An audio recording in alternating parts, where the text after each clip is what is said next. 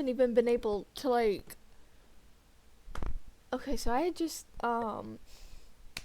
my little starting scene panel is for me to go on my laptop and set everything up, the stream name and everything right. And before I even have that ready, I noticed I have a chat, and it's just some guy's number. Well, not just that. It's hey, nice stream at my Twitch name. I'm looking for someone to 1v1 me on Fort. Do you play Fortnite? If so, join this. Oh, it's not a phone number, it's a code. Okay. And let's run it. Haha. I don't play Fortnite. Never will. That was just a little spooky. Thought it was someone's number. I was like, oh my god, what the hell? Anyway. What? I think we're on Arc 3 now. Well, basically. I'm assuming it's just a bot or something. I don't know. Plus, like, it quite literally says what I'm doing on this game. On the stream, God, I mean. Like, I'm not just gonna go play a game I've never played.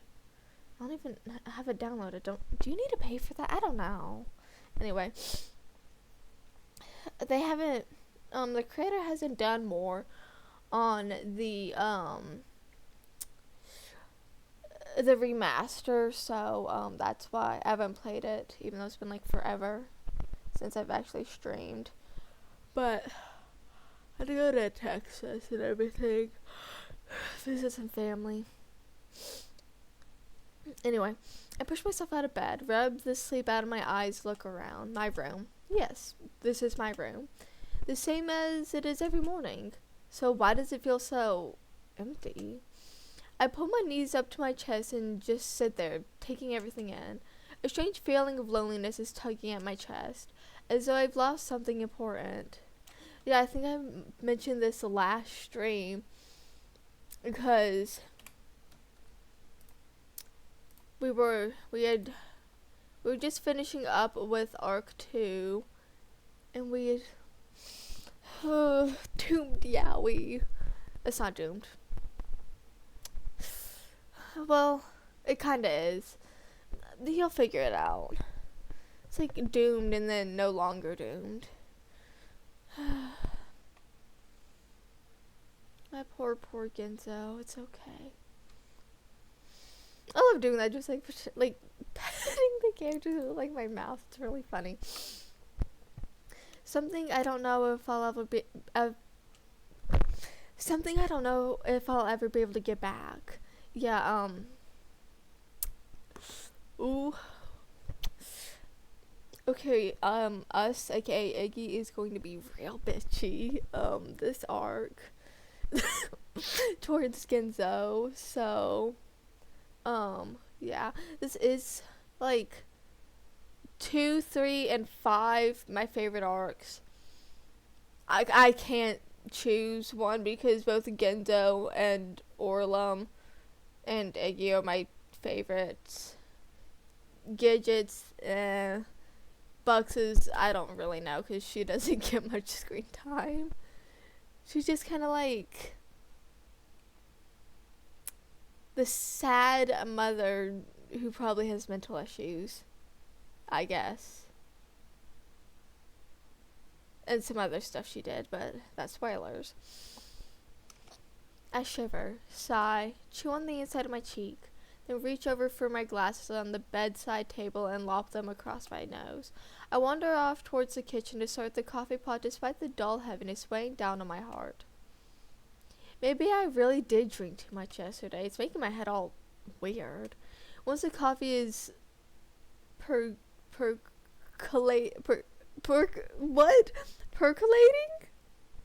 I empty the last of my chocolate rice snappers into a bowl and take it like soup. I pause a moment, mid-slurp, to look around again. Why does it feel so strange? Why does staring down into my slowly marbling milk make twinges of tears from along my lashes? I shake my head. I don't have time for this. I finish up the snappers and head for the bathroom. I look awful. But then again, when don't I? I lazily lob my toothbrush into my mouth, washing away the chocolate and rinsing out my mouth. Once finished, I splash 3 good-sized handfuls of water onto my face, hoping to wash away the cloy feeling of sadness while I'm at it. Before pulling away, I take another look at my eyes. I half expect to find them lined with bruises, but of course they're not. Why would they be? The thought makes me shiver, and I spend an extra moment just rubbing at the skin beneath my eyes. I'll fix you, Eggie. I spin around, but of course there's no one there. Why would anyone be there? I'm starting to lose it. The coffee is ready by the time I step back out, but even as I grab it and start to head for my desk, I find myself just not wanting to work. I have to work. I have deadlines, projects to do. I stare at my monitor until my vision starts to blur, then walk back into the kitchen. I'll work eventually.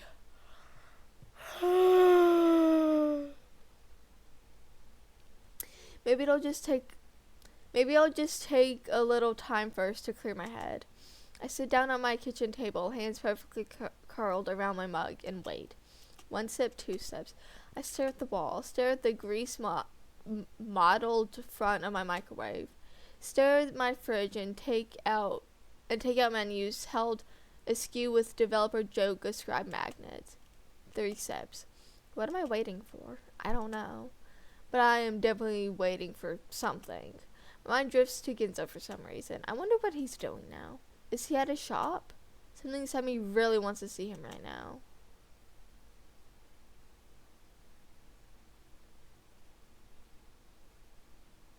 Hold on. Because this is arc 2.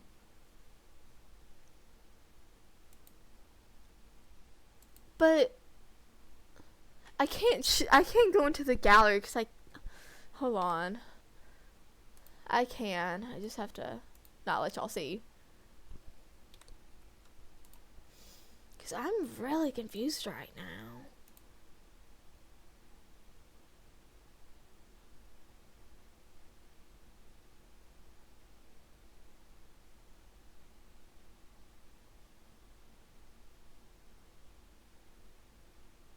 I don't know. Okay. I guess, I don't know, Chad.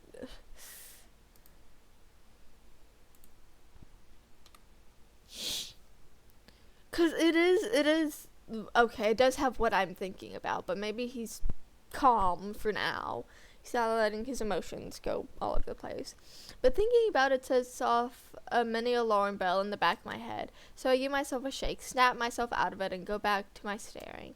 I don't know why, but I feel so demotivated. Doing anything seems like a chore. And I just feel empty. At that moment, my phone goes off. Fuck, shit. The sudden noise about gives me a heart attack, and in my jolt of surprise, I splash hot coffee up and onto my hand. God fucking. I managed to answer it anyway, nursing this smarting. Okay, the smarting skin as I balance the phone between my shoulder and ear.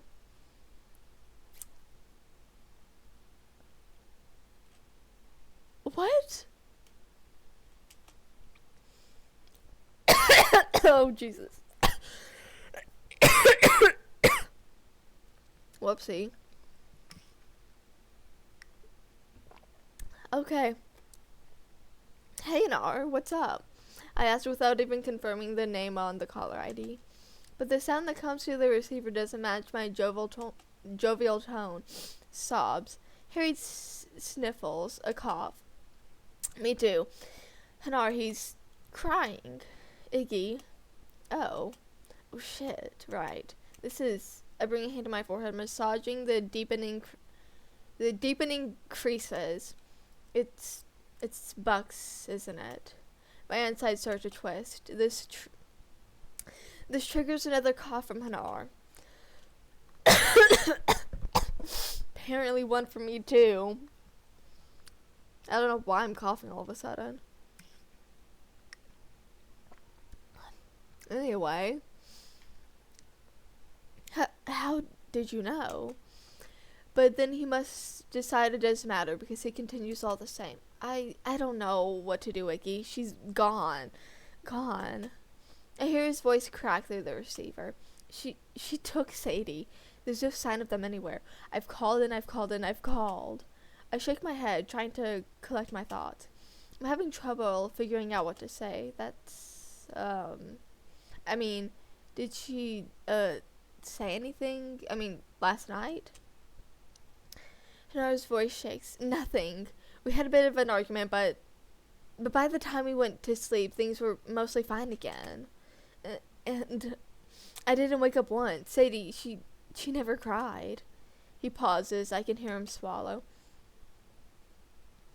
I have a really bad feeling, Giggy. Something's not right. Something's happened. I run a hand through my hair. You feel that way because you're nervous and scared, but I'm sure things are fine. But even now, I'm not convinced by my words. I feel sick. Maybe something came up. Maybe her parents called or something and there was some kind of emergency. I hear Hanar sniff through the phone. It's been hours now. I don't know what to do. I rub at my face, my eyes trying to stay focused on Hanar. What do I say? What can I say? I'm sorry, Hanar. I really don't know what else to do. I'll keep calling her, though. If we all keep trying, I'm sure one of us will finally get through. I'm sure. I cringe, but continue. Everything's fine. The line is quiet for a moment. Then, soft as a whisper. Okay. He sounds so despondent. I don't blame him. Keep me updated, okay? Sure. Then the line goes dead. I bring my hand down with a sigh, staring down at the brightly lit display of my phone. I could have handled that better, but somehow I can't help but feel that it wouldn't have mattered. As the quiet returns, so does the feeling of emptiness. It gnaws at my insides like a rat trying to escape. All of a sudden, I just really need to hear someone's voice. And not only that, I can try again. Try again? Try what again? I start scrolling through my contacts. Yeah, maybe I can call someone, but who? It's not like I've got a lot of choices. My thumb pauses over Ginzo's name. No. I shake my head. No. Continue scrolling. Someone else. Someone I haven't tried yet. Orla!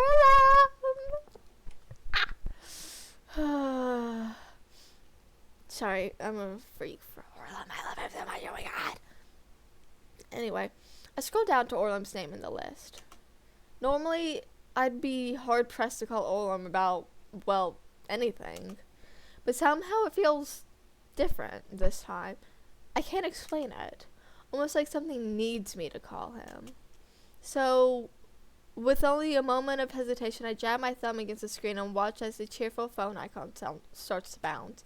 I bring the phone to my ear, thinking about what I'm going to say. What am I going to say? I'm going to ask about books, of course. What else would I ask about? You can maybe show some interest in him, for once.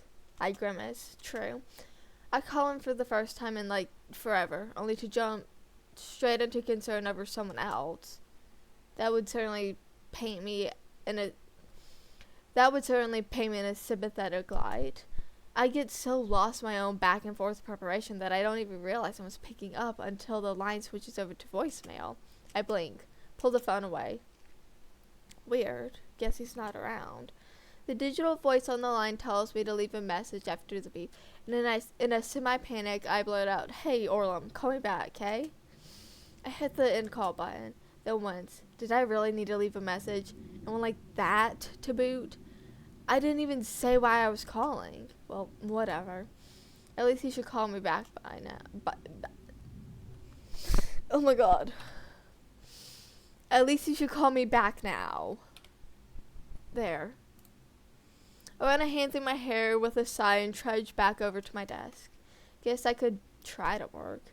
head's a bit all over the place, but that's not something my clients are going to care about. Might as well try to focus as much as I can. I plop down at my desk and snap my headphones over my ears. Now let's see what I can get done. Once I find my groove, time passes quickly. 1 hour, 2 hours. I yawn and sit back in a stretch, gazing proudly upon the custom API I'd just gone done debugging for Mr. James Adeliston.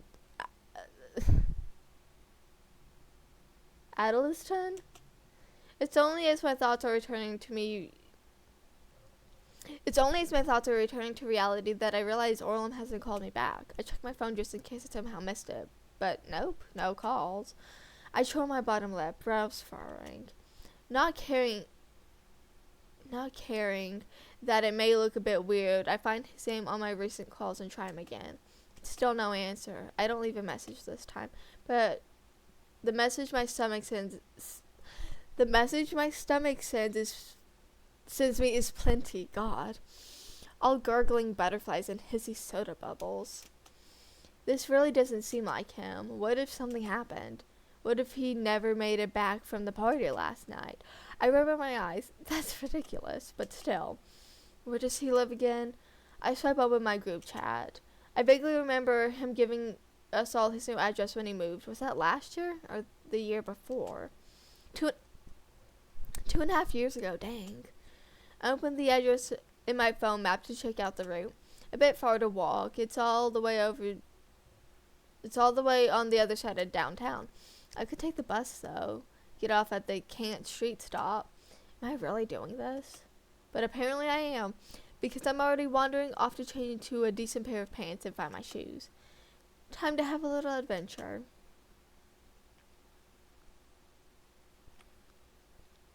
Arc 3!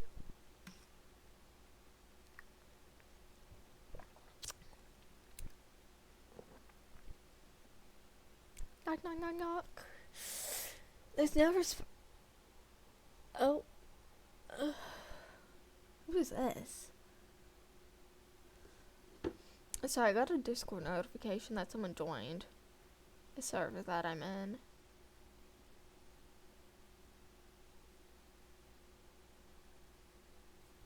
Anyway, there's no response in my first knock, which makes me feel all...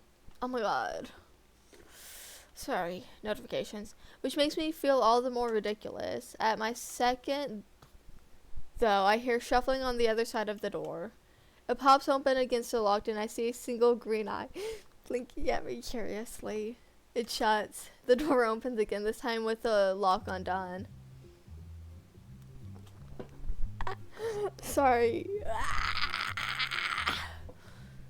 Try not to... What? What?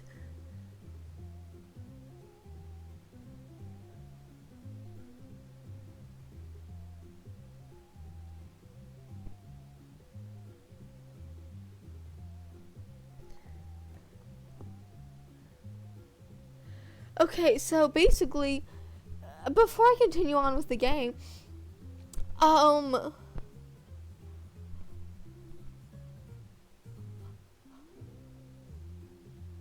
got a reply to that message. So someone sent, the server, oh my god, has a channel and it's called Vince Rants, whatever. And someone sent this person's Roblox, Royal High, avatar, because I play Royal High and that's where I made a bunch of my online friends, right? And this is her Royal High avatar. She a flop since she wanted to defend groomers. And I was like, huh? What? Okay. I had an ex-groomer friend named Nova. Azora defended him. Oh?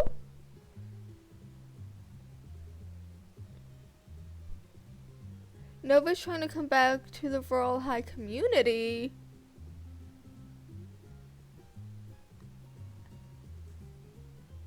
What?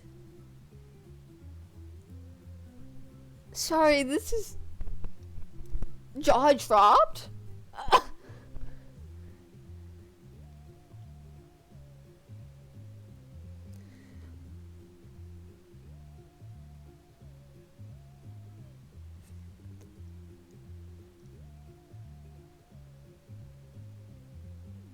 Okay, they're going to talk about it in a voice channel now.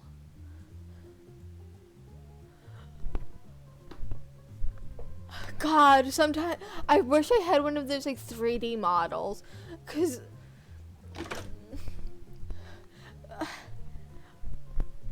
I can't always articulate what I want to say, so I'll do like random hand movements to like signal my like shock and like distress and stuff. But y'all can't see this because it's just a little PNG that activates based off keys I have. Like, hold on, because this is like 15 seconds delayed. Okay, yeah. As I'm talking, when I look at stream, it's 15 seconds delayed. When I'm looking back, like 15 or so, something around that. Anyway, yeah, it just goes off my voice and the number pad I have, because I chose the number pad. Because who uses the number pad? Okay, we need to stay on topic right now, because what? Anyway, God, I love him. Orlum stares at me as though he's never seen me before in his life. He's an absolute mess, hair jutting out in greasy clumps, cheeks a sickly gray, and eyes sunk in atop boulder-sized bags. He's wearing the same shirt as yesterday with nothing but boxers and socks beneath. God. Icky? He blinks. I raise a hand with what I hope is a friendly wave. Hey, then I have no idea what else to say. I called earlier. Okay, what is going on now?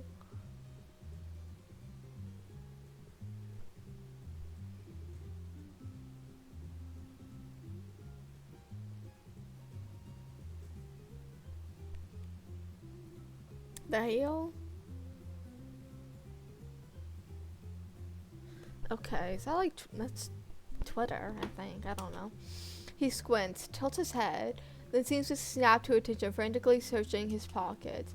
When he doesn't find what he's looking for, he throws a glance back into the apartment before returning his gaze sheepishly.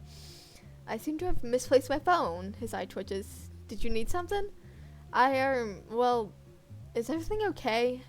I guess I got worried when you didn't pick up. Another twitch. You were worried about me? He blinks. Yeah, I mean, sure. I shrug, cock a brow. You don't look so hot. Oh my God, I love him. He laughs, though it's more skittish than his usual laugh, almost nervous. I can't help but laugh. Like,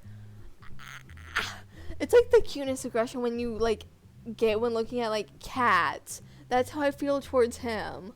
I just want to like squeeze him, and I love him. He deserves love. I'm fine, just a bit under the weather. Drank too much yesterday? I ask with a grin. He smiles, except it's not quite a smile, more like disguising a grimace. Sure. I suddenly realize how awkward it is just standing in the doorway. I mean, can I come inside if it's not too much trouble? His eyes dilate and he stands up just a little bit straighter. You want to come in? Another set of blinks. Throws a hesitant glance back into his apartment, then finally steps back. Sure, go right ahead. He tries to curl an errant lock of bang behind his ear. It falls back out. I step inside, and immediately met with a scorched smell. It's not awful, but it's just kind of there. Damp and bitter and curling up inside my nostrils as I look around. The apartment is just as much of a mess as Orlum himself. Clothes piled on the floor, sheets and blankets half falling off the bed, and clutter everywhere. Empty fast food wrappers, unopened mail, weird little trinkets, bottles, cans, glasses. Even the curtains look ready to give up the... Huh? Hold on. Even the curtains look ready to give up, the ghost half falling off the rod and leaving a crescent moon of sunlight on the opposite wall. So, is there another...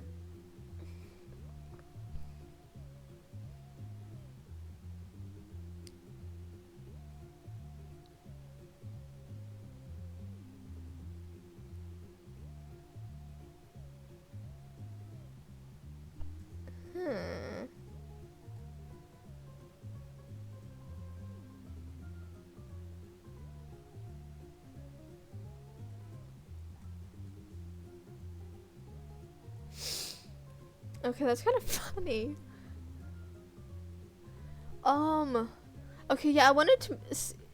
Is there multiple like meanings for ghost?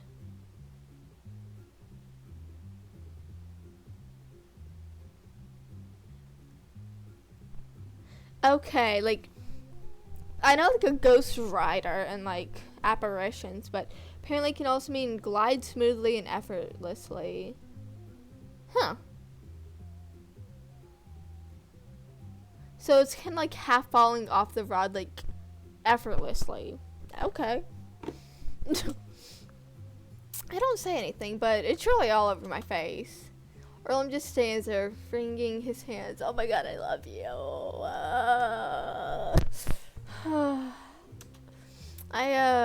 Another sweep of his hand through his hair. He darts towards the bed and pushes back the tousled mess of blankets and sheets. You can, sit here. He passed the newly cleared space. I do as I'm told, mostly because I'm not sure what else to do. If I'd felt awkward in the door, it was nothing like I'm feeling now. Orlum scratches his head. You, want anything? I must look at him blankly. Coffee or something, or water? I think maybe I've got some Coke too. Oh, coffee's fine. I mean, if it's no trouble. It's fine. It's great. I'll just, put a new pot on. He scratches at his arm almost like a dog scratching at fleas.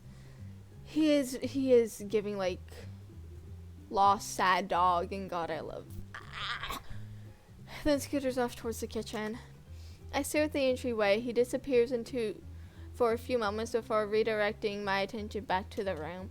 It's a lot smaller than my apartment. At least I have a separate room for my bed. Though his might not seem as small without the junk everywhere. There's a desk in the opposite corner with a dusty old laptop and an empty bottle of whiskey. What does he even do? Do you have a job? Okay, do you have a job? What is this? Hypnosis emitter. What? What was I playing? I'll check that out later, I guess. I don't know.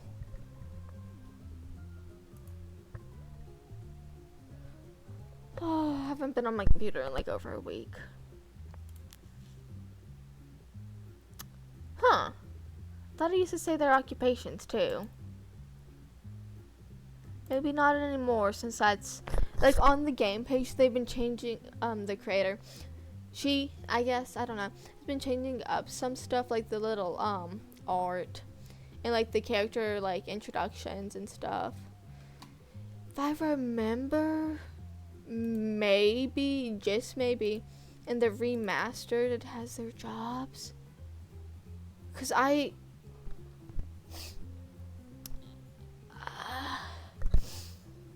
like I know Ginzo's job, I know Iggy's job, I know Gidget's job that she's trying to do. Pissing me off. Am I pissing you off? Oh.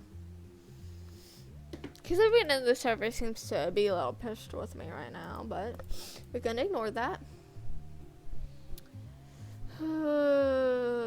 Extras? Character bios. Orlum. Okay. He's a data entry clerk. That's what he is. I love how he's always had a little rat tail. I love that about him. What about Bugs? Oh, she's a delivery company. Yeah, okay. And then aspiring model, freelance web developer, and bike repair shop guy. Okay. Okay. I already forgot what he does. Anyway, piled up next to the desk are what looks like 10 or 12 empty delivery boxes. I let my gaze follow up the wall and back and around until it meets the bulletin board hanging over the bed. In between the fast food menus are scattered postcards and strange papers and cutouts I can't for the life of me understand the value of, and the occasional photo. One in particular catches my attention. Prom. It's us, the 6 of us. The group picture we took at after prom. Like, there's some moments where I absolutely love Gidget, and this is it. Because her face is like, what the hell are you doing? Like, stop that. God. Nora and Bucks had always been the two to go to actual prom. The rest of us just crashed the party afterwards. She definitely knew he was drinking a little something. Because he was. It does mention that in, like, what arc is it? Is it arc 1? Because, honest, did I miss it? Is it arc 1? Or is it arc 2? Maybe it's arc 2. Yeah, okay, it's arc 2. It mentions, like, right here, because he was like, you can smell the alcohol on him, or something. Oh. Our high school always held an all-night event of games and food in the gym after prom. I guess to keep the students from going off to party and drink on their own. We looked pretty smart, even me for once, with my little sport coat. He's so cute, hey, like, love him. I don't know. Anyway. Ginzo's got his arms around Orlum's and I's shoulders, his thumbs jutting out to the side like some kind of 90s frat boy. I want to say something, but like,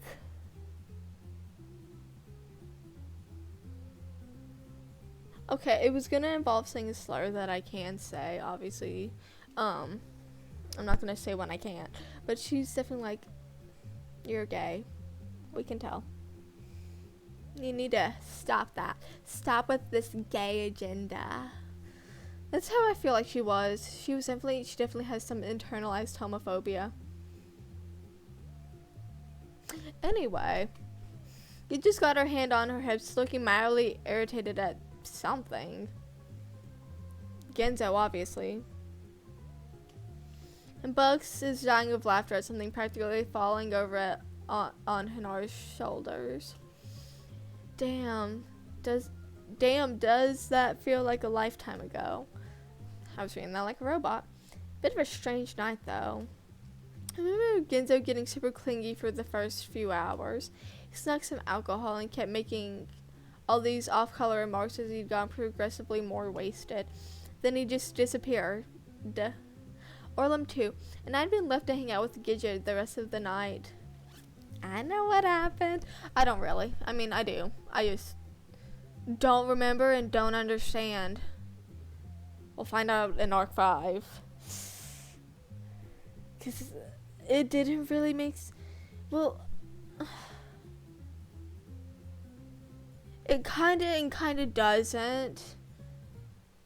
Now that I think about it, but I don't even know. She'd kept leaving unsettled hints about how much she wished she could have gone to prom. And oh, look at Dana's dress. Wouldn't it have been magical to wear something like that? And then later that night, a hacking cough from the other room jolts me from my nostalgic... that word. And I throw a worried glance in the direction of the kitchen. It continues for a good 10-15 seconds. One of those wet convulsions that racks your whole body. And it only ends when something thuds hard against the countertop. Well, we're gonna go see if my man's is alright. Worry getting the best of me, I dart to the kitchen and entryway. Hey, everything alright in here? Orlum spins around towards me in surprise, one hand to his mouth and the faint glimmer of tears in his eyes. He seems to tense. It's fine. Another cough. Why is everyone coughing? His gaze flints around the room nervously. My own eyes follow. It's a small kitchen and strangely bare, especially compared to the clutter of the adjacent room. My attention goes first to the puttering coffee maker, then to the table with its two folding chairs. One of those industrial-sized bottles of bleach is on the top table, a wad of wet towels clumped up next to it. Orlin lurches towards me before I have the chance to inquire. The coffee's almost done. His eye does that twitch thing again, and he keeps clasping and unclasping his hands. I take the hand and back away. Not that I really mind, I'm feeling uncomfortable enough as it is. Instead, I wander back to the bed, taking the opportunity to rub at my eyes beneath my glasses once I'm seated back down.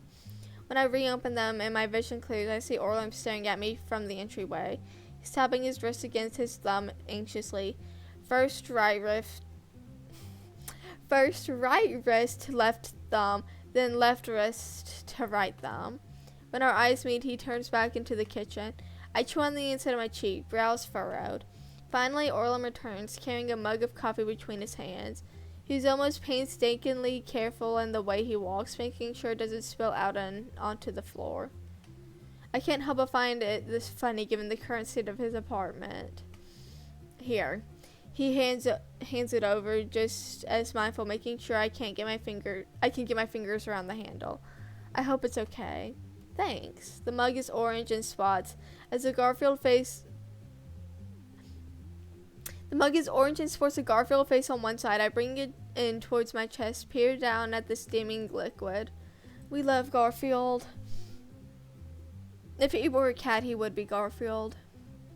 Except not as fat. Because I think he starves himself. Or does he? I feel like he would. He's not in the best mental state, so I wouldn't be surprised. Orlin takes a seat beside me. He sits close. Too close. His bony knee touches mine and I can hear him breathing not far from my ear. He pushes his bangs again and again. Are you going to drink it? I'm just waiting for it to cool down. Oh. More hand wringing. Sorry, it's a bit of a mess in here. I don't have company often. It's fine, it's my fault anyway, coming over unannounced. I can see his stocking feet curl against each other atop the carpet. Ew. It makes the muscles in his gangly legs lurch beneath the skin. You were worried about me? He repeats the same question from earlier. I pause in the middle of blowing on my coffee. Yeah, I tried calling, but you didn't answer. I even left a message.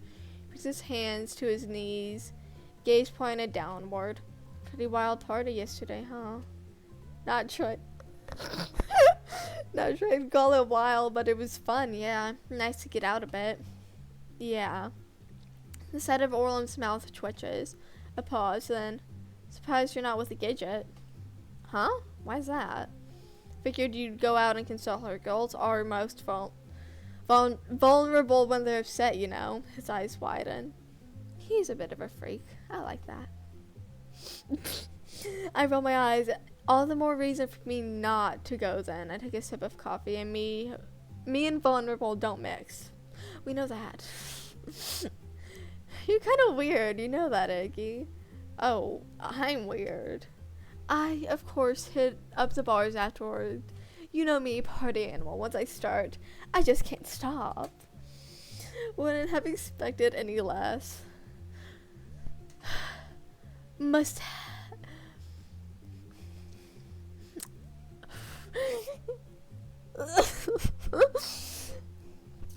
had like 10 girls hitting on me.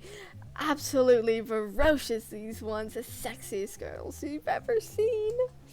Oh, yeah? Who? Two of them even wanted to have a threesome with me, but I had to refuse. But it's not big enough, you know?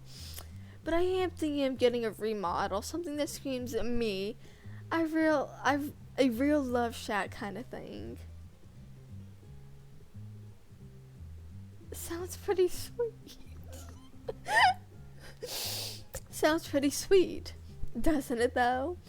It'd be like the talk of the town. I could bring people home every night. I mean, not that I don't do that already. My place is basically Grand Central Station. When the...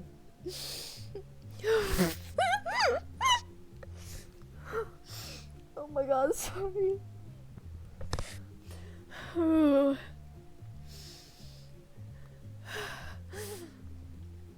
I'm trying to calm down.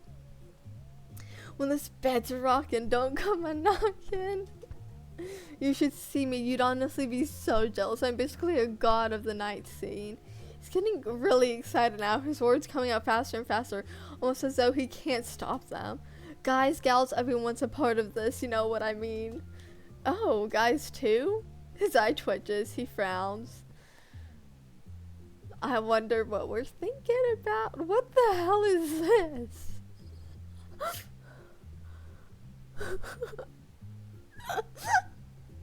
What is this? Okay, that's the picture. Random sticky note. God, who knows what. Bell, probably. I don't know. More sticky notes. I don't know. What is that? I can't tell if it's a tie or a condom that has red on it. Like, or a sock? I wouldn't be surprised if we hung up any of those things on a wall.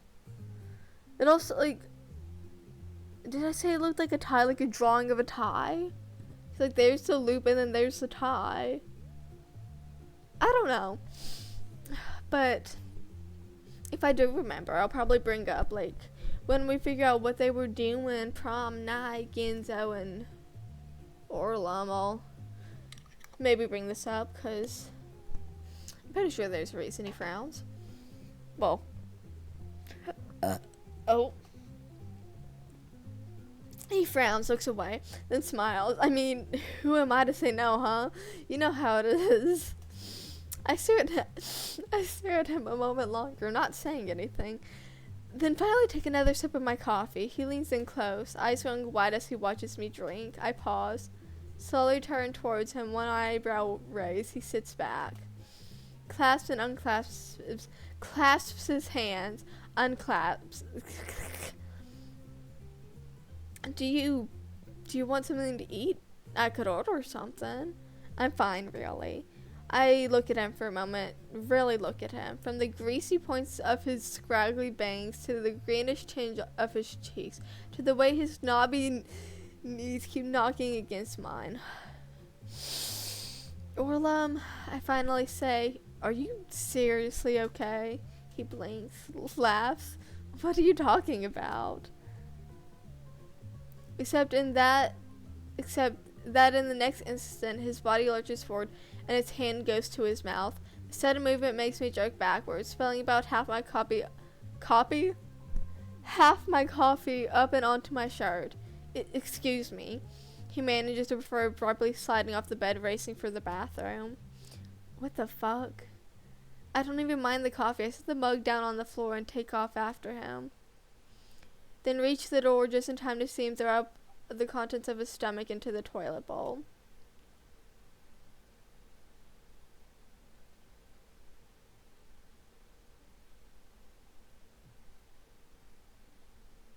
It sounds awful. Each heave a horrific gag that sounds like it's ripping his throat open. His shoulders shudder from the force of it. Fuck. After a minute or so, the convulsions begin to die down and his body slumps down onto the toilet seat, head hanging half into the bowl. I don't know what to say, so I don't say anything. Instead, I kneel down next to him, one hand to his back. I can feel the knobs of his spine through the rumpled shirt as I rub up and down. And when he sits back, vomit, saliva, and snot drip down his face and chin, his whole body shivering. The color in the bowl is wearing a horrible greenish brown. Hey, come on. I finally say, pulling him over towards the wall. I sink to my seat. He slumps against my shoulder. It's quiet. Quiet except for the occasional sniff and the occasional hiccup. There's a towel half wadded, half hanging from the rack. There's a short ways overhead, so I grab it and use it to wipe at his mouth and chin. You're fine now. For some reason, this makes him smile, chuckle. I see him bite down on his lip hard. I did it to myself, you know. It's barely more than a whisper. I don't say anything at first, then. What do you mean? Another chuckle. This one sends a gooey chunk down his chin. It's satisfying somehow, watching all of that cum pouring out of me like I'm washing myself clean. So, I'm frozen now. We can see how, he's not in the best mental state. I'm frozen now, one hand to his back, the other still clutching the towel. It's the only way I can make all the bad thoughts go away. Fuck. I close my eyes, open them again. Fuck. My mind jumps back to the bleach on the table. Fuck, Orlum, you can't. It's worse every time I see him. He cuts me off. I wonder who him is. The only other guy. His smile fades, twists downward. I can see his lip trembling. Every time, I hope it'll be different, but it's always the same. All those feelings come rushing back. He brings his hands to his head, fingers digging into his scalp, as though trying to scoop something out. I wish I could just die. My grip on his shoulders tightens. You don't mean that. Who is he talking about? Ginzo. Iggy, let's use our brain. Let's think for a moment. Who's the other guy in this situation? Who did he see yesterday that was a guy that isn't you? God. Ginzo had certainly given him a lot of shit over the years, but had it been that bad?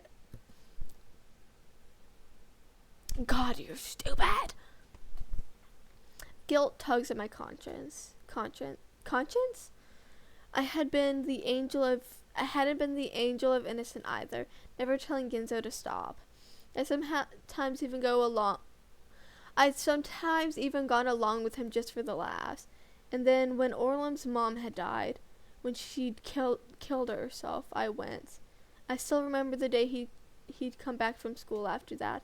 Ginzo had gone over to him, face a picture of Rory and arms outstretched. And Orlum, for the first time, I'd seen this little glimmer of happiness in Orlum's eyes, even through the bleak and the tears. And then Ginzo had grabbed the back of his shirt collar and jerked it upwards like a noose around his neck, imitating the music from Psycho and saying suicide was genetic. Fuck. Maybe things had been worse than I remember. I look down at Orlum, hunched form, and feel this sort of weird heat building up the base of my belly.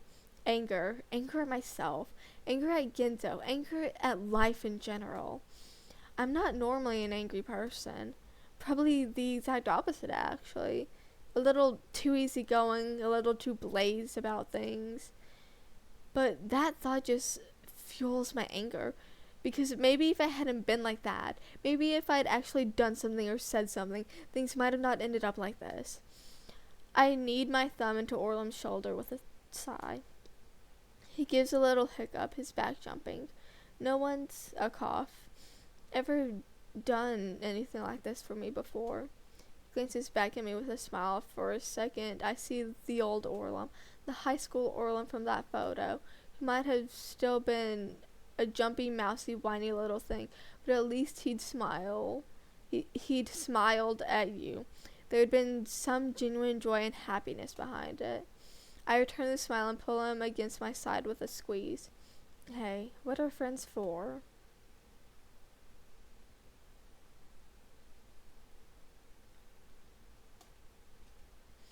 I get back to my apartment a bit before dinner time, but even back in the safe familiarity of my home, I can't stop thinking about Orlum. I told him to call me if he needed anything, even just to talk, but I have no idea if he's actually going to take me up on it. I feel like I should be doing something, telling someone, but who? And would it even help? I don't know. I just don't know. I sit back at my desk and rub my eyes, belly a tumbling froth of guilt, uncertainty, and anger. The anger's still there, like a simmering soup just beneath my consciousness. I stare at my computer monitor, not comprehending the text on the screen. I need to work. I'm so behind at this point. And yet, somehow, I just don't care. It seems so pointless. What will doing any of this accomplish? A new API for James, and James can go fuck himself. I push back from my desk and stand up. Maybe I'll play a game. I wander over to my shelves. I have a few that I've already started. One I got tired of grinding in, so I'm stalled outright. So I'm stalled outright before the final boss. A few dozen I've bought, but just haven't gone around to playing yet. But they all seem like so much work. Not in the mood to try jumping back into a story I've half forgotten, nor am I in the mood to start something new. I let my fingers fall from the shelf. Maybe I'll watch TV.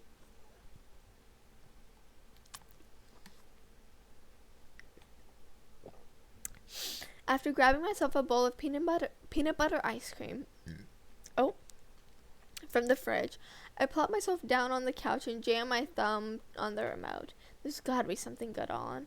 I can't take it anymore. I've never thought I would stray from Natasha, but I can't control myself when I think of you. I must have you. Oh, Clark, I need you inside of me.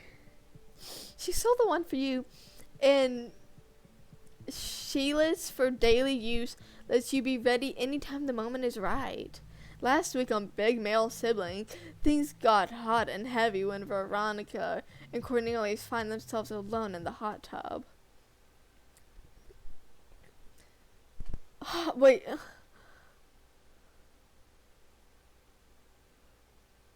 What? It took me a second to process that. What? Anyway, I let the spoon bob up and down between my lips, then switch over to Netflix. And start the Sean Hank redemption for my 100th time. I didn't descend further and further on the couch throughout the course of the movie, until by the time the credits are rolling, I'm slumped over with one leg propped up on the back and one hand hanging over the side, barely keeping its grip on the empty ice cream bowl. Damn, it's not even that late. How am I so tired?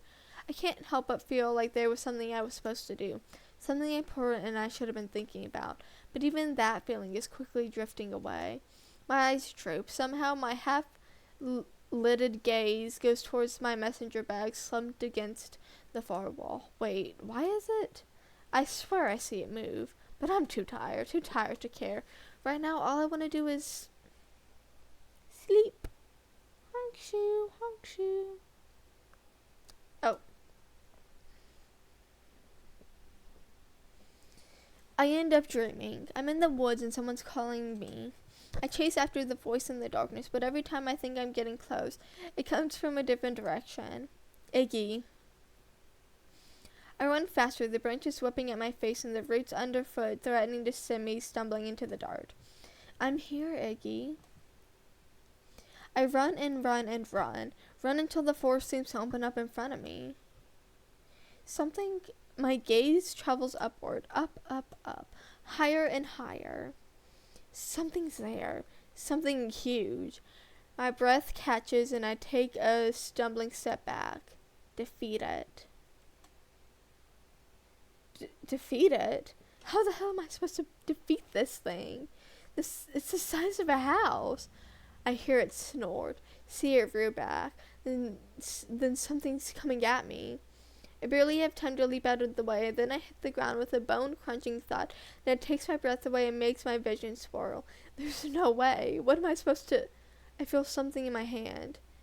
And when I glance down, I see a doll, a tiny doll, just sitting there, limp in my palm, its fine eyes staring up at me. This is... In that moment, it sits up.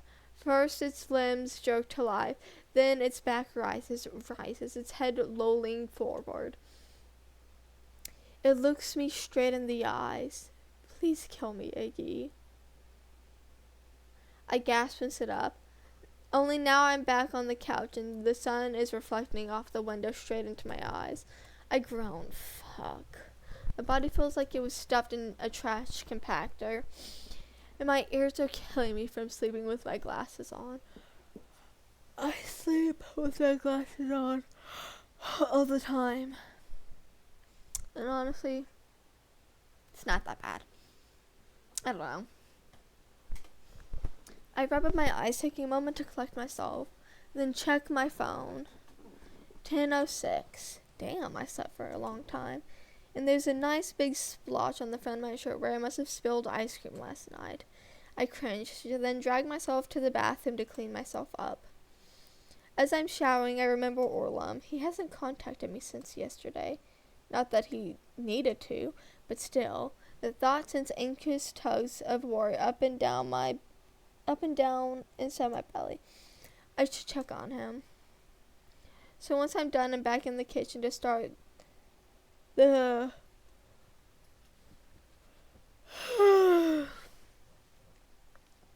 comforting of coffee. I pull up my phone and give him a ring. It cuts to voicemail after the 5th dial tone. I knot the inside of my cheek. The bubbles of worry are starting to turn into froth. I try twice more. Once after another 30 minutes, and again after forcing myself to wait a few minutes shy of an hour. Fuck. Didn't he say he misplaced his phone yesterday? He probably just hasn't found it yet. After a whole day, surely by now he's found it. Then maybe he's still sleeping. But it's afternoon already. I scratched at the back of my neck so hard I went. Something's wrong. Before I fully comprehend what I'm doing, I'm grabbing my shoes and keys and heading for the door. I just know I won't be able to think clearly until I make sure he's okay. Knock, knock, knock. Orlam. My knock sounds uncomfortably loud in the empty hallway. Orlam, it's Iggy again. There's no response. Even after 4 or 5 knocks, it remains shut. And when I push past the discomfort of looking like some kind of stalker to press my ear to the door, I hear nothing. No sounds of shuffling, no coughing, no padded footsteps. Fuck. I let my forehead rest against the wood paneling. In my mind, I see him splayed out across the bathroom floor in a puddle of blood. Ridiculous. Orlam would never. I knock again, more frantic this time. Orlam, please, if you can hear me, make a noise or something. My ear goes back to the door, straining. But there's still nothing. Not a single peep. And so I do the only thing I can think to do. I swallow up my building social anxiety and march down to the main office of the apartment building. It's a small office. Not much more than a desk, some shelves, and a few cupboards. The shelves are full of packages, no doubt waiting to be picked up by the apartment residents. There is a woman inside reading a magazine at the desk. She looks like she's in her 20s, though perhaps a rough 20s. Her eyes look tired and her posture reeks of a complete surrender to apathy. She barely looks up at my entrance. I tap the tips of my fingers together, all of a sudden losing the initial gumption I'd had on my trek over. Her gaze wanders back up. She blinks. Can I help you? Yes, it's just that my friend lives here, but he's not answering his door, and I'm worried about him. She stares at me for a moment, then returns to her magazine. Sucks to be you, then. I press my lips together, brows flattening. You don't understand. I really need to get in there. And I need a sugar daddy to get me out of this place, but that won't be happening anytime soon, hon. Something snaps inside me, and I bring my hands down on the desk a little harder than I meant to. He might have killed himself. This makes her stop. She sets down the magazines and gives me an incredulous once over, and sighs. God, this is not what I needed today. What is the apartment number? 418.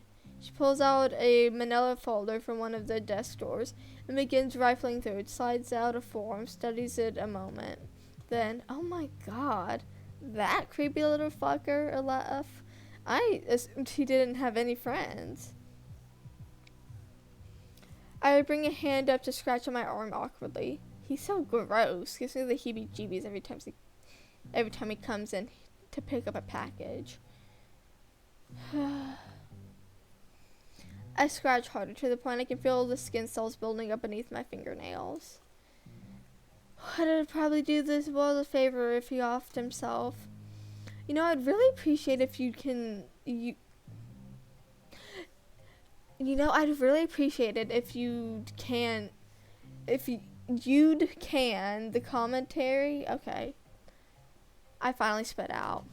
She just rolls her eyes and swivels back around to the locked file cabinet behind the desk. I bite down on my tongue to keep from saying anything more as I watch her comb through the maintenance keys. She must find the right set because she stands up and grabs her phone, stuffing it back in her back pocket as she leads me back into the hallway. Whatever. Let's go get this over with.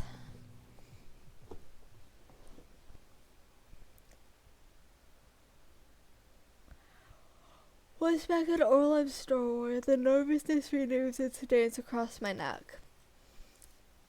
What's taking her so long? Now she's going from key to key to key, taking what feels like hours to inspect each one.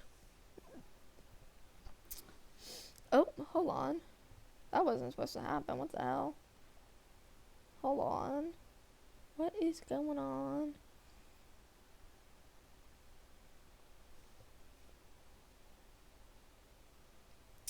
Oh.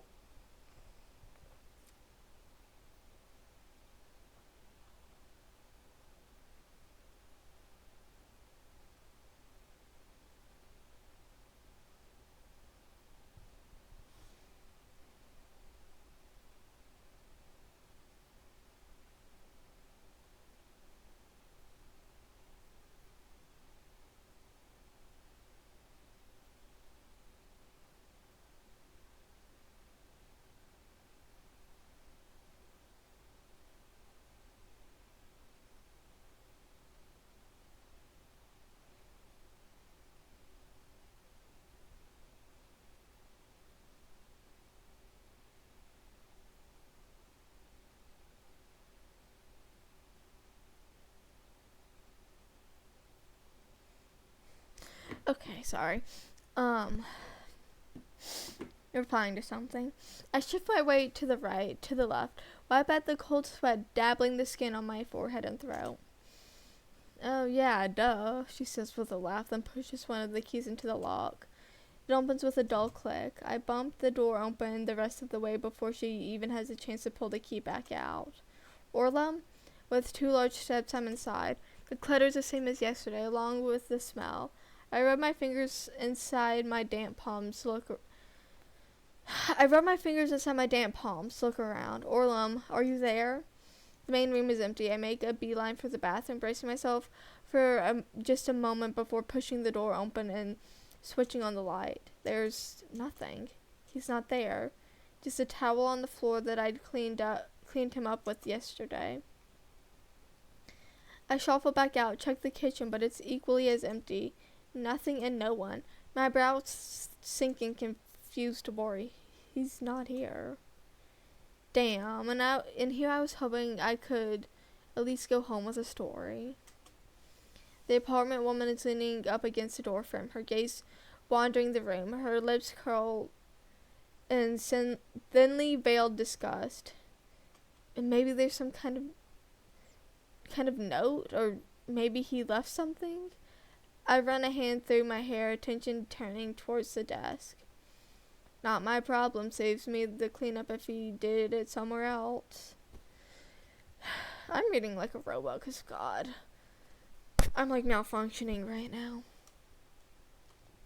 She says with a huff and pushes away from the frame. But if you want to keep looking, knock yourself out. Like I care what happened to this fucker's place. I watch her walk away, jaw tight. How could she just... I feel my fingers curl inwards, my palm with a shuddered twitch. But ultimately the feelings fade, and my shoulders slump. I told the door shut and began searching the room. The desk, the bed, the kitchen table, but there's nothing. No hint of anything that might tell me where he is.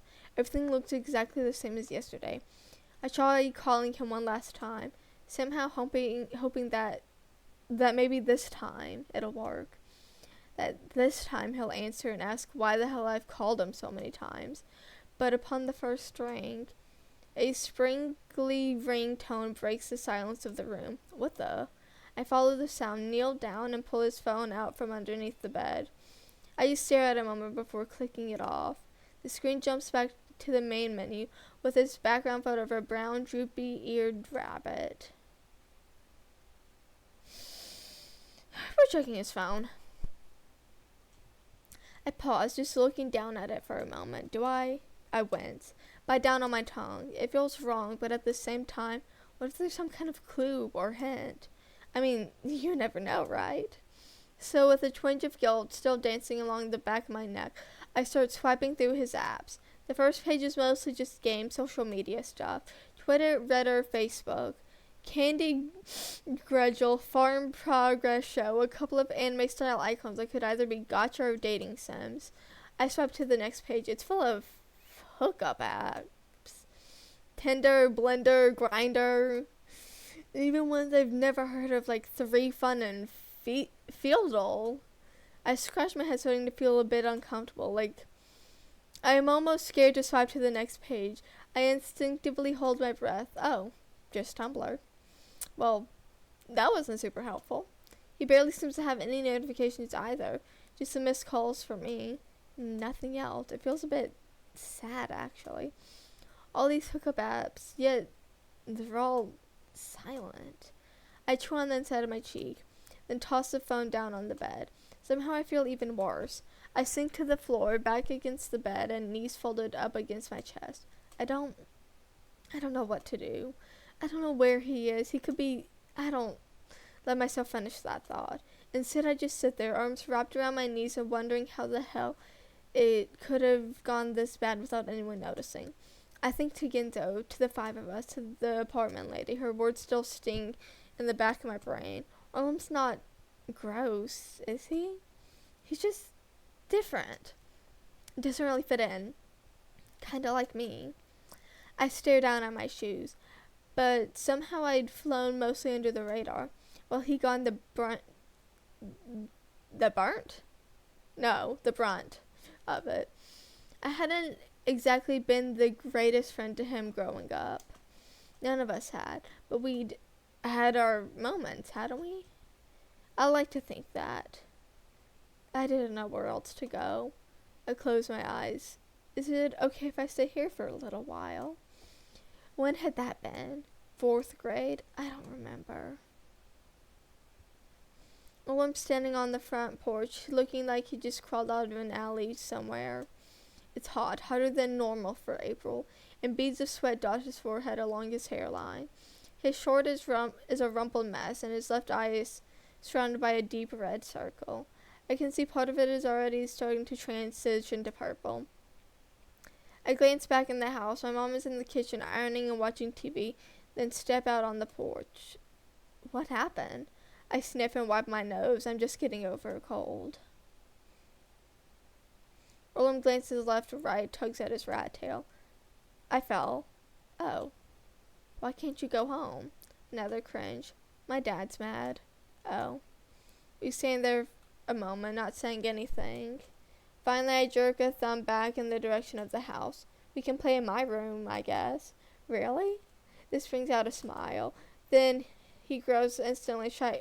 Okay. Mom, Orlam's here. We're gonna go play in my room. I shout as we start back in and up the stairs. Dinner's in an hour, I hear right before I close the door behind us.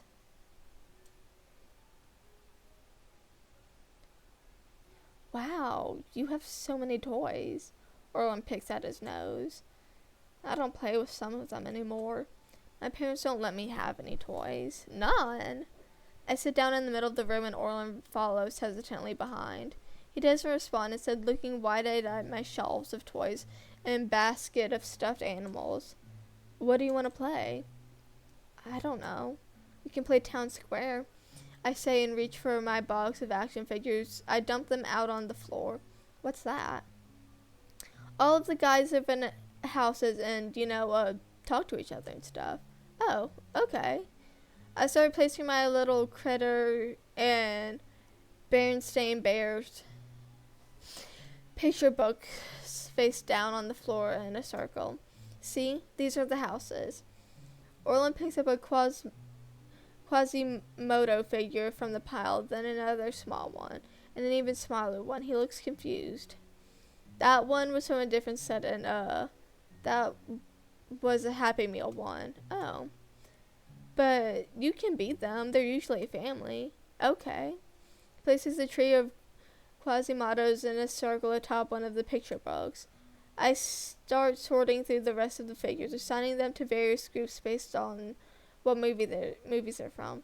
Orland watches for a moment, then starts to help. I see him put Lando and Aladdin in one of the houses. I frown. No, not like that. Huh? What's wrong? Those two aren't from the same movie.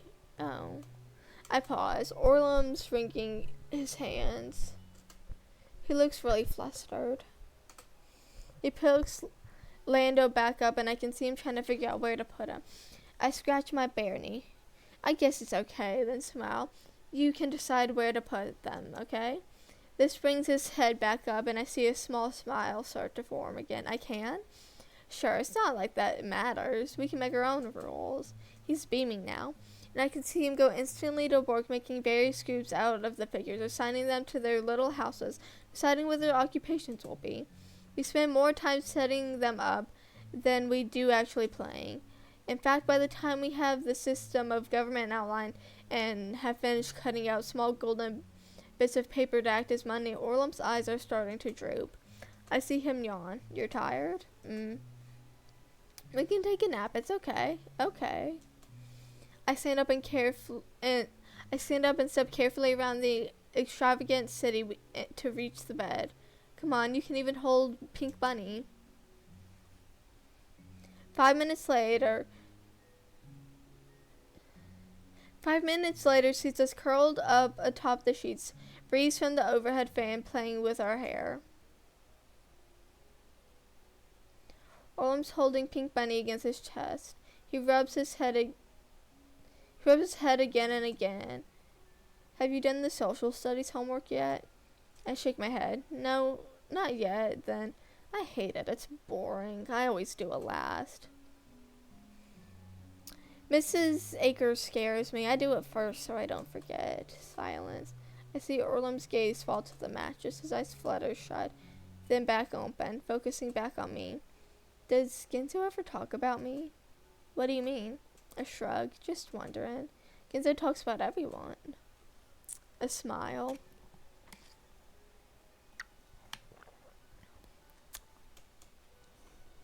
Yeah, that's true. Then, he's pretty cool, isn't he? Yeah, he's pretty cool. Orland buries his chin on the top of Pink Bunny's head, fingers curling into the fluff of his torso. I feel my eyelids start to sink. I'm tired too, and the heat isn't helping. The overhead fan is sending lovely brushes of wind against my cheeks. A series of pounding knocks from downstairs jerks me from my... Okay, I need to know how to say that. What the hell?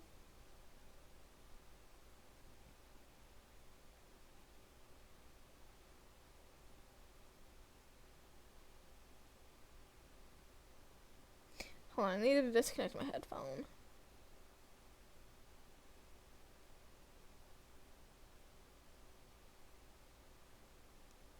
Hello?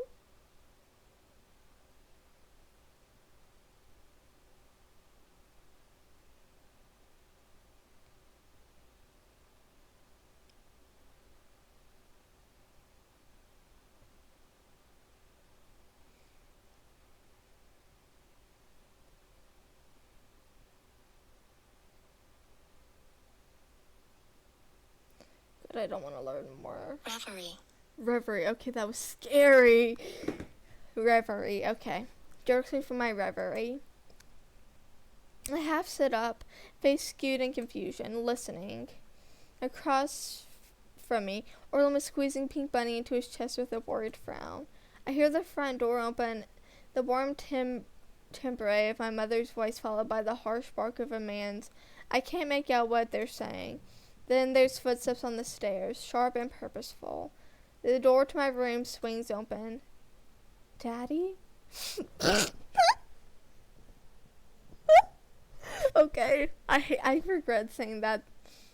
Anyway, Orlum sits up, voice cracking. Get the fuck out of here. Do you have any idea how long your mother and I have been looking for you? Orlum winces, starts to slide himself off the bed. I'm sorry, His dad grabs his wrist and yanks him off the rest of the way, nearly sending him stumbling to the floor. George? George! My mother's voice from the hallway. She's coming up the steps. Is this really necessary? They were just... Orlum's dad storms out of the room, Orlum in tow. When my son is here, you fucking let me know.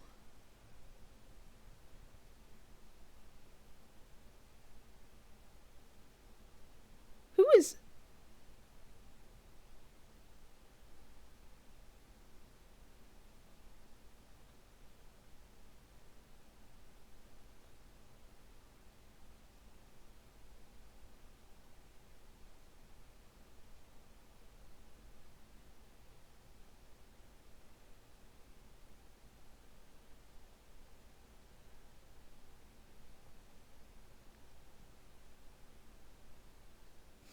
Okay. They disappear from view, but I hear them on the stairs, loud and angry, before just as quickly fading into nothingness out the front door. Here and out in about 30 seconds. Just like the tornado that took off our roof when I was in 2nd grade. I sit quietly on the edge of the bed. Pink Bunny is lying on the floor. His ear has knocked over the smallest Quasimodo. Jackass. I hear my mother mutter to herself out in the hallway. I wonder what that implication means. Again, Orlum doesn't die, I'm just gonna say that, but like definitely shows like the abuse and torment he had to deal with over the years. Cause this is the only talk about his father that we really get, and we can just assume he's like that all the time. And the only bit we get about his mother's, she's dead. She killed herself. It's mentioned multiple times, but I think I read that. Then, Iggy, food'll be ready in 10. Could you come set the table? Okay, Mom. I push myself off the bed and pad towards the door.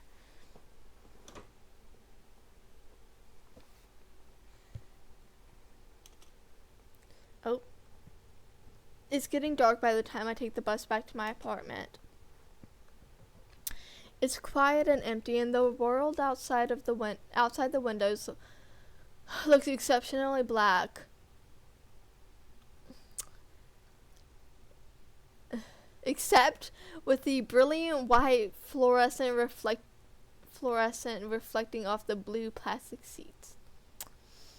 I don't know how to say that word, but I stare, unmoving at the opposite wall, body jerking with each turn of the wheel or tap of the brakes. And when the bus nears my stop, I let it pass in silence. Don't even glance up at the button. We keep moving, gliding through the night like a shuttle cutting through the nothingness of space. I chew on the inside of my cheek. Another stop. The driver keeps us rolling without so much as a pause, as though he never considered stopping in the first place.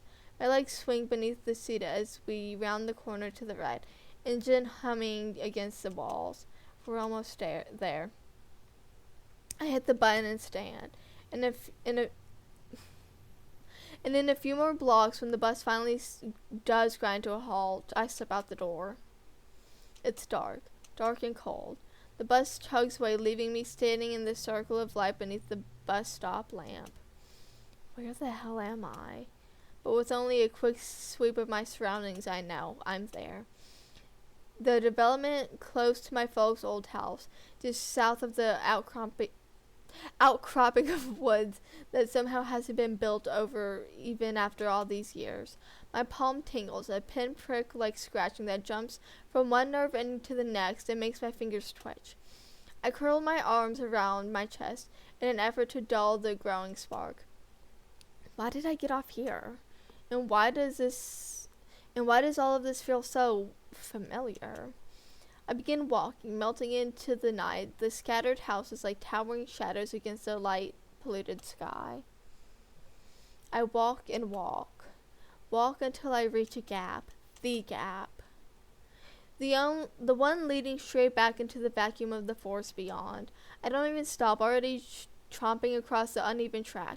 Somehow this isn't new to me at all. And neither is the glint of orange floating about shoulder height in front of the trees. I stop for a moment, hair prickling upwards on the back of my neck, and feel my fingers instinctively curl in towards my palms. Then march forward, heels digging into the grass. Hey! Ginzo doesn't even have a chance to turn at the sound of my voice before I grab him by the shoulder. Holy fuck! Like, imagine you're some blind guy, like, going to this mysterious tree, and someone just goes, hey! And then grabs your shoulder, like, hello? I feel his entire body tense beneath my grip. I swear to God, I've only got $5 on me, and I have the worst hygiene regimen you've ever seen, so I'd be the last person you want for a new skin suit. I roll my eyes and spin him around.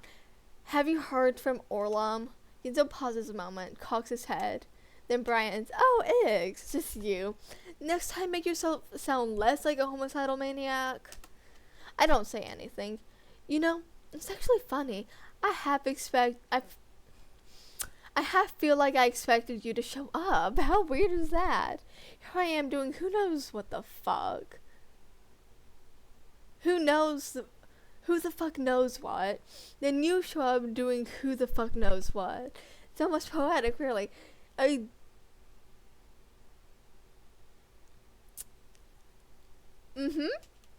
asked if you've heard from Orlam. Ginzo pushes his glasses up on his nose, smiling and wavering. How long have you known me for, Iggs? Why? That's not why. Would I be in this sanguine mood if his unique brand of nightmare fuel had seeped within 5 feet of me today? I reach forward before I can stop myself. Grabbing the collar of his jacket and yanking him up on its toes. Oh my God, I love Ginzo. Anyway, he's missing. Yeah, I told Rob we were gonna be a little bitchy today in this arc. Ginzo's sunglasses slide down his nose, and I see him blink up at me in unfocused concern. This quickly fades, his lips curling up into a grin. Damn, is it my birthday? How else could I get that lucky? I groan in aggravation and push him away. You know, you could show even a hint of concern for once. He just smooths down the front of his jacket. Iggy, he ain't 5. He can do whatever the fuck he wants. If he's not at home, he's probably shacked up in some shithole hotel paying to get his dick sucked. We just saw him 2 days ago. I'm not worried. I pressed my lips together. No, he wouldn't know. How could he know? And even if he did know, he wouldn't care. I bite down on my tongue. I can feel the anger that had been fizzling just beneath my consciousness begin to bubbling up towards the surface. Well, maybe... Ginzo cuts me off, tapping his finger against his lip. He was also doing who the fuck knows what, and just like us, dances his squirrely little fuckboy feet here. Or there, really. I mean, it is awfully... Excuse me? Serendipitous? I don't even know.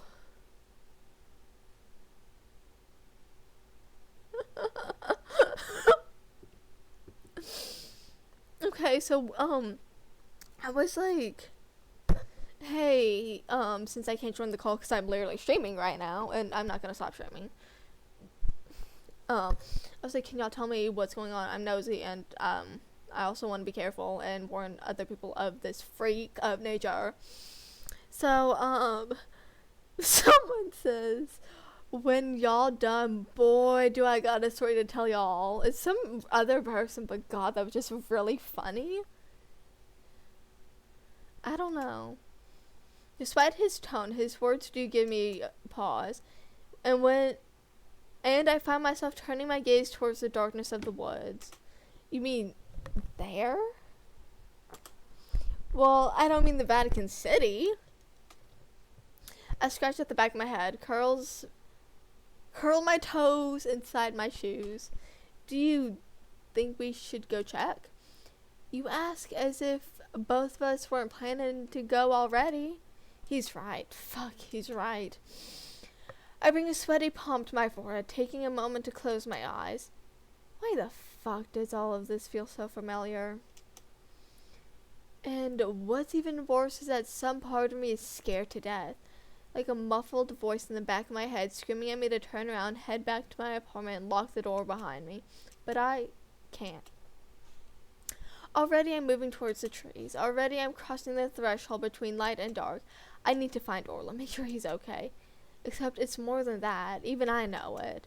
Well, let's go then. I finally say, my voice shattering. Lead the way. I throw a final glance at the black void between the trees and step inside.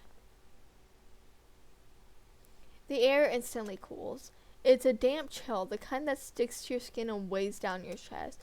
I press forward through the scattered brush, using my hands to keep from walking face first into the tree. I can hear Ginto's cane whipping through the grass and snapping against bark behind me. The sound of it grinds on my... Okay, this person keeps using chill. It's really funny.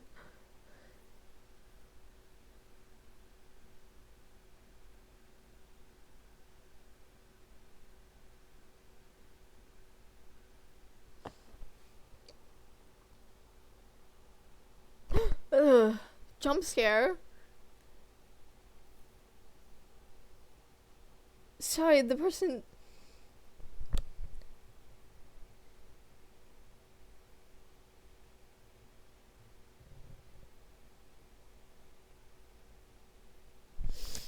I swear, it's like almost everyone has like a weird instance. If like with Royal High, with pedos. 'Cause I do too. Like I was 12 and I was playing, cause I've been playing since like, I played, what? I've been playing Roblox since 2017. How old was I? That's a good question, hold on.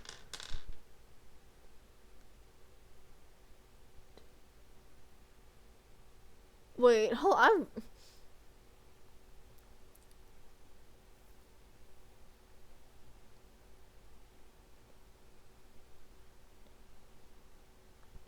I was 8 when I first started playing. This happened 2020 or 2019. I was like 11, 12. I know I had a phone at that point because I have the screenshots on my phone. And it was a 17-year-old. And he was like trying to be like, hey, we should date. And he knew my age, like he knew my actual age. 'Cause I've never felt like lying about my age. Like, I don't know. Like, I know some kids did. I mean, I've done it once. And I was just saying I was 15 when I was about to turn 15. So I wouldn't say that's that crazy. It was like 2 months from turning 15. I just said, hey, I'm 15. He's like, we should date, and I'm like, no, thank you, I am 12, this is weird. And then he starts like manipulating me. I don't remember how exactly, because this is like 6 years ago. Anyway, so then I'm like, okay, you're being weird, I'm gonna stop being friends with you, and I unfriended him. And he found me in game, because I think I usually like have my joins on for like everyone, because I don't care. And I'm pretty sure he joined me, And he tried to pretend that he didn't know who I was and tried to be my friend. So, there's that. Little story about me, I don't know. Okay, back to the game. Because I'm going off topic. The sound of it grinds my nerves, and when it happens to catch my ankle one time, I snap back at him. Hey, watch it. Sorry, Jesus. I bite down on my... Sorry. Laughing at the voice I used. I bite down on my tongue, then plow forward faster, somehow not even caring about the trees and brain just scratching at my cheeks. My body seems to remember which direction to go. I reach forward, seeking out the bark of the next tree, only this time when my fingers touch the jagged edges, it sends a spark all the way up my arm and into the back of my throat. I stop. Ginzo's cane whaps against my ankles again, and he stops, too. We here? Yeah. I answer beneath strangely... I answer, breath strangely ragged.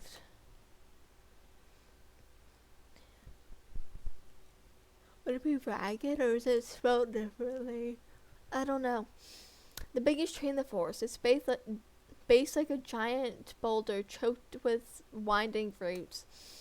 I let my finger trace across the surface as I circle around, careful not to trip on the gnarled outgrowth. Halfway around, my hand hits air. I come to a halt. The familiar edges are there, the rounded gap in the side, the hollow echo of stagnant air, the far-off scent of something sweet. It's open. I take a step back and hear Ginzo approach.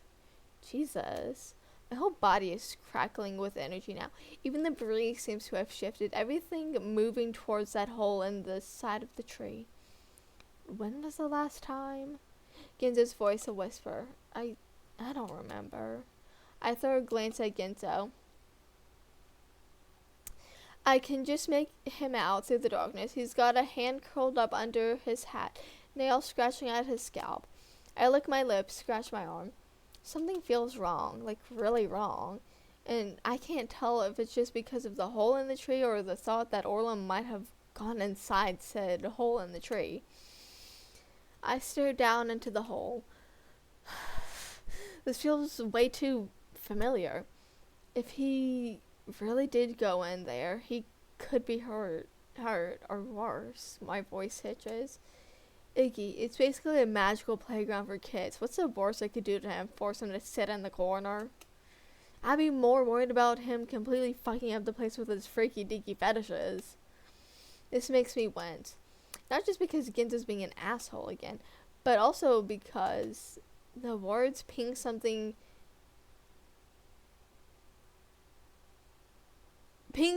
deep in the back of my brain. Like two long-lost synapses finally finding each other and zapping to life. My growing cloud of worry morphs into a storm still. I move forward towards the hole, popping a squat amongst the weeds. There's that scent again, soft, sweet, like the tempting aroma of a candy store. It curls up inside my nostrils. I grab the rounded edges and peek inside, leaning forward on my toes. You're going inside, aren't you? Ginzo from behind. It's phrased as a question, but I can tell it's not. Not really, at least. I just don't feel like we have much of a choice. Can't argue with you there. I just kneel there for a moment, gazing down into the blackness of the hole. There's something both terrifying and exciting about it, like standing on top of those glass bridges and staring down at the ground hundreds of feet below your shoes. Okay, I'm going to probably go within Candyland. What? Wonderland. Guys, my jaw hurts. And yeah. I would continue, but I need breaks every once in a while. And just, I don't know, I'm not used to like talking constantly for like an hour, you know. There's something both, oh wait, I already read that. We can make our own rules.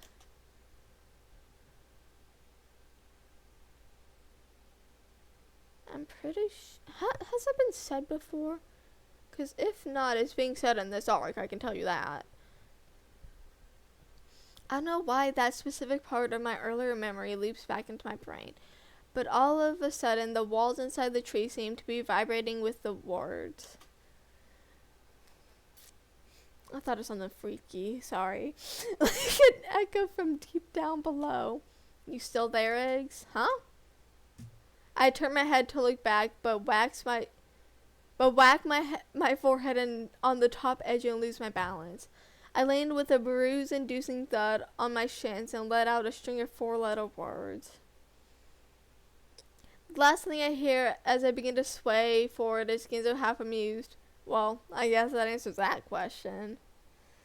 Before toppling straight into the hole, the darkness swallows me. I'm falling. Wind whips my hair, my shirt summoning water to my eyes. My stomach feels like it's been sucked up straight into my bowels. On and on and on.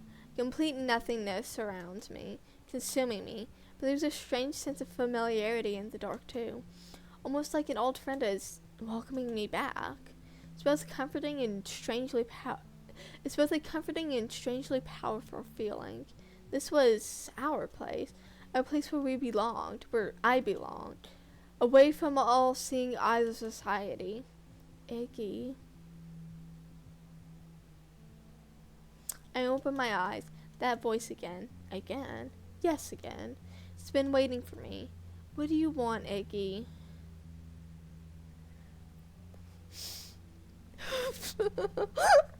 Sorry. I just thought of something because, okay, I don't know if y'all, realize, but it is the tree talking to him when he is falling down. And I thought of something that the tree says in Arc 5 to Ginzo. I'm not going to say it. Maybe I don't want to say it, but God, it's really funny. What do I want? What kind of question is that? What do you wish for more than anything else in the whole world? I don't know. I think about my life, think about my clients and the work waiting for me at home. But my parents, my friends, Bucks and Hanar, Gidget and Ginzo, Orlon with his head shoved inside the toilet. I clenched my eyes shut tighter. Everyone always wants something from me. Just leave me alone. I don't want anything. My fingers are starting to tingle. First tiny nibbles of numbness, then building into incessant zaps of electricity. Up my arms they go, growing and growing to my chest, into my stomach, shooting down into my legs. And so loud I can't hear anything, can't think. Just when I can't take it anymore. Vroom. My mind goes blank. Hold on. God damn.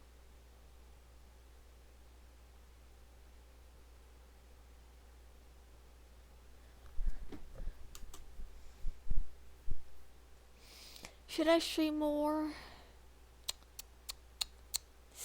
I want to. I'm going to. Iggy. There's something soft below me. A furry warmth curled up and nested against my back like an oversized lumbar pillow. Iggy! What a strange dream. I almost feel like I've been sleeping for a long, long time. What's the point of waking up now, though? Let the world keep spinning without me for a few more minutes. I roll over with a groan. For fuck's sake, Eggs, you're gonna get yourself buried in there. My eyes snap open. This isn't my bed. This isn't my room. And that definitely wasn't a dream. I let my gaze turn towards the pile of stuffed animals I'm currently curled up in. A sad gray rabbit with droopy ears is staring up at me. Orlum? He does have an infatuation with rabbits. Not like a freaky one, I feel, but I don't know. He's like a rabbit. And that's why he tends to like rabbits and draws them, because he's like jumpy like one, and yeah. Oh. I blink in silence until a shadow overtakes my view, and I look up to see a familiar orange-capped head. Don't tell me... don't put... God. Don't tell me that fall knocked a few screws loose. You're looking at the rabbit as though it's about to start talking. I blink, look from Ginzo to the rabbit, then back to Ginzo. Wait.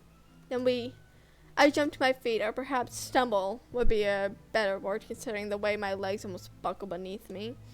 I hold my head, waiting for the room to stop spinning before attempting to walk. Easy on the sudden movement there, bud. Ginzo just laughs and brings a hand up to my shoulder for support.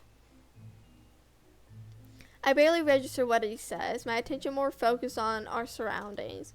The hardwood floor, the rounded windows, the crackling fire. Everything is the same as I remember. Even the table is still covered with half-eaten cookies and cake from our final feast. Fuck, is all I can say. Still the words right out of my mouth. Ginzo gives me a pat on the back. I take a step towards the table, then towards the stove, then stop. Is Orlem here? I begin twisting my head back and forth. Ginzo rolls his eyes. How the hell am I supposed to know? But I don't acknowledge his response, instead already busy in my search. I check out all 3 sets of windows. Nothing. Out the door, nothing. I even check beneath the beneath the fucking table as though he could somehow possibly have been hiding there. But he's nowhere to be found. My shoulders sag for a moment, then rise. Perhaps he left some sort of clue for us.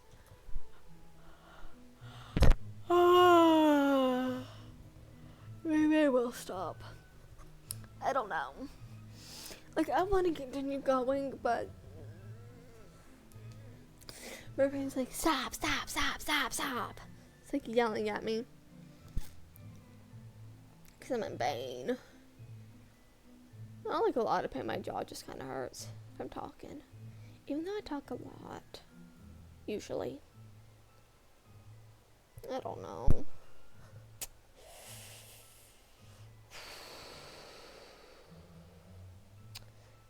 I think I am gonna quit for now. Let me save.